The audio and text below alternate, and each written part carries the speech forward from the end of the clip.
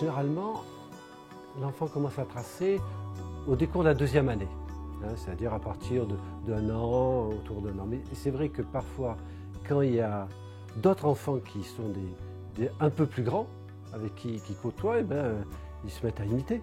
C'est-à-dire qu'ils prennent un crayon, une craie, un feutre et ils tracent. Alors, qu'est-ce qui se trace? Alors, il faut avoir en tête que quand ils sont petits comme ça, c'est une activité de tout le corps. Alors, il y a effectivement la main qui saisit l'outil qui va tracer, mais c'est un mouvement de tout le corps. Et c'est après que l'œil découvre la forme de la trace. Et ça, c'est comme s'ils avaient un temps un peu où ils sont saisis de ce qui apparaît sur la feuille. Et c'est un moment tout à fait important dans leur création du monde. Alors, au décours de la deuxième année, il y a différentes formes qui apparaissent. Il y a des formes plus ou moins arrondies, des espèces de cercles, qui vont devenir pointées avec des contenus au bout d'un moment. Mais il y a aussi des espèces de zigzags, des mouvements, des tourbillons. Et ce mouvement rend compte de leur rapport au monde à ce moment-là.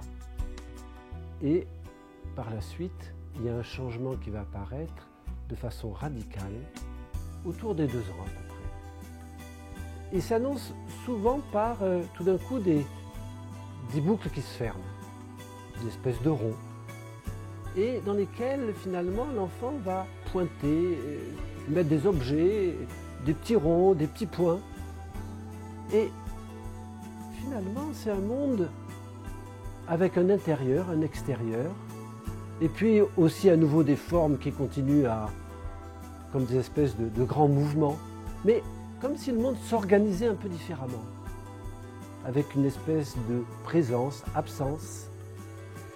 Et c'est le moment où l'enfant rentre aussi dans le langage.